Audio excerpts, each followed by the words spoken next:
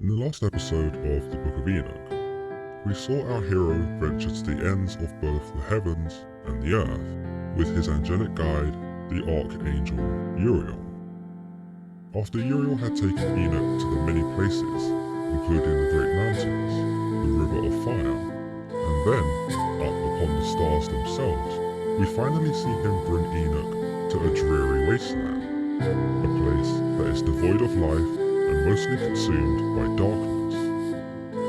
Uriel reveals to Enoch that this is the prison of the fallen angels, the very place that the Watchers would have most likely ended up after their transgressions against both God and mankind.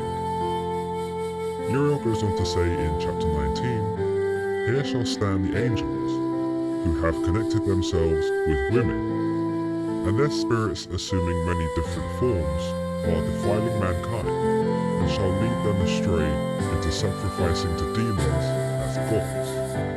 Here they shall stand, till the day of great judgment, in which they shall be judged, till they are made an end of." In this we understand the Watchers and any other angel who has ever fornicated with a mortal woman or caused mischief upon the mortals will end up here in this sterile land, and that they will remain here to be judged just as man will be in the end times. You might say that by Uriel's words, man and angel are held to the same standard, and though angels are thought to set better examples and be representations of the divine, they are not exempt from suffering the same fate as us, should they transgress against the law. By suggesting that fallen angels are eligible for suffering in the end times, the Enochian legend provides a new perspective for angels that isn't touched upon in the Bible. The angels here are not pinnacles of perfection, and whilst they are ranked higher than man in their closeness to God, they are not flawless, and certainly appear to possess free will in the same way that we do. The Watchers prove this in their succumbing to the flesh of women, and their decision to disobey God and descend upon the earth in droves. Uriel provides an idea that those angels who demonstrate such behavior will end up here, in this godless wasteland, and that they will suffer for what they have done until they have been made an end of. But in this chapter, we learn that God does not solely blame the Watchers for their descent, but he also blames the mortal women for having been led astray in the first place. Uriel tells us, "And the women, also of the angels, who went astray, shall become sirens." Interestingly, the Book of Enoch seems to take inspiration from Greek mythology, by incorporating sirens into the story, and whilst Uriel does not expand on this idea, nor provide any specific details of how this transformation takes place, the text is clear that women guilty of copulating with angels will become sirens. To what capacity this takes place is unknown, but as far as sirens in mythology goes, they were thought to be dangerous creatures who lured men, usually sailors, with songs, and their enchanting voice would lead them to ruin, were they not to take care. Uriel does not determine what these sirens look like either, but one can assume from mythology that they may have taken the form of a hybrid between woman and bird. In classical Greek art, the siren was represented as having a bird-like body and a large woman's head. But later, they adopted a more charming and somewhat seductive form, with the upper half of a female and the lower half of a fishtail. In any case, one can only speculate as to which form Uriel is referring to, and it could be entirely possible that Uriel is only using the siren as a means to paint an image that Enoch would understand. What he could actually mean is that the women are transformed into monsters, and that they are ultimately cursed to live as these terrible creatures. Some might find that the judgment that Uriel speaks of in regards to the mortal women is considerably harsh, especially when we take into account that these women were the victims of rape. It also should be noted that considering the Watchers were divine beings, the women may have simply been angelic ones would surely not have put them in such a sinful position otherwise. It could also be argued that the women believed this to be God's will, given that it was the angels who had come down to the earth to do the deed, and not some regular human. The angels in the Bible, after all, have always proven to be honest, faithful, and for the most part, benign, and always act in the best interest of the humans they visit. So it makes sense that the women did not resist their advances, assuming they were even given the choice to refuse, which appears to be unlikely. But nonetheless, God damns the women too in this instance, though through no fault of their own, they were committing adultery.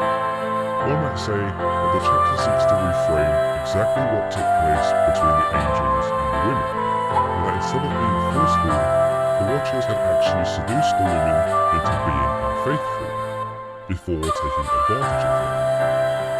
This then paints the women at the time in a negative light, for they were essentially led astray by the fallen angels, and traded their husbands for a night of passion with an angel. Though again, this is a particularly hard point to argue, considering that the Watchers were angels, and so saying no to one of them isn't exactly something that the biblical God had ever prepared mankind for. Another point to make about Uriel's words proposes a new idea, that Uriel isn't talking about the mortal women, but instead female angels, who had also fallen during this time. His wording that, "and the women also of the angels, who went astray, shall become sirens," is up for some scrutiny, and may propose a new concept that there were female angels amongst the angelic host, and they too had a hand in the downfall of both man and themselves. This might make some sense when you consider that turning a mortal woman into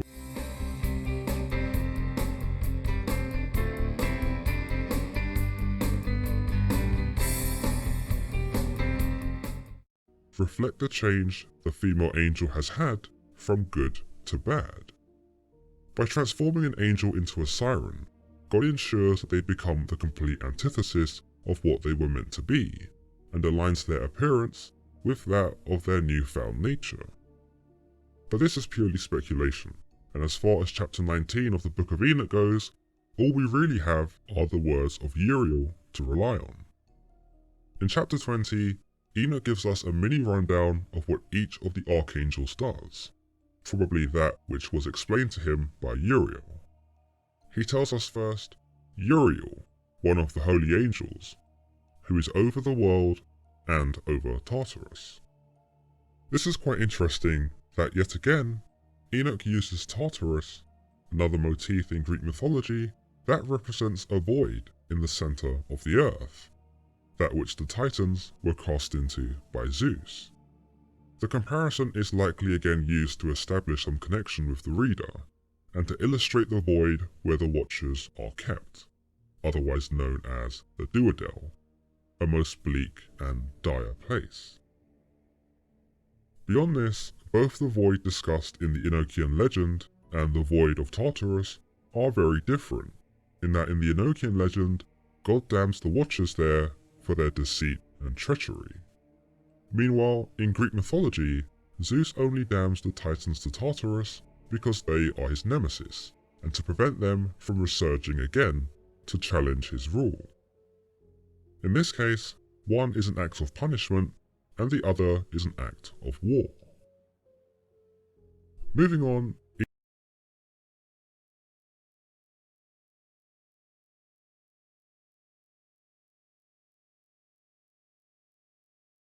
Enoch continues his rundown of the angels by telling us, Raphael, one of the holy angels, who is over the spirits of men.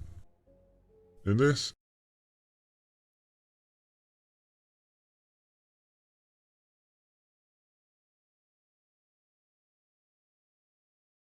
it might be said that Raphael guards the very souls of men on earth, and seeks to watch over them in a way that the Watchers had failed to do.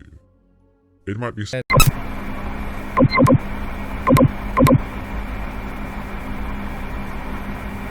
What a wonderful video and a wonderful episode to come to an end. What can I say? It's been a pleasure having you all on my channel. I hope that this video fits the purpose for which you seek, and I would like to first thank all who subscribed to this channel to be a part of this family, so that we can extend the boundaries of this channel to other people to have a positive impact on this channel. Thank you all so much. And for those who were unable to subscribe, please, you can still do so. Kindly go to the subscription button and tap on it, and also the like button. Thank you. And also what this does is that when you subscribe, it encourages me, it motivates me to come up with more videos that will tailor your needs. So please just try and do this for me. I'm not asking of any payment or any sort. Just subscribe for me. That's all I ask for. Thank you. Hope you do, and I hope that you enjoy this channel, and then be a part of this channel. We'll have more times with each other. Thank you.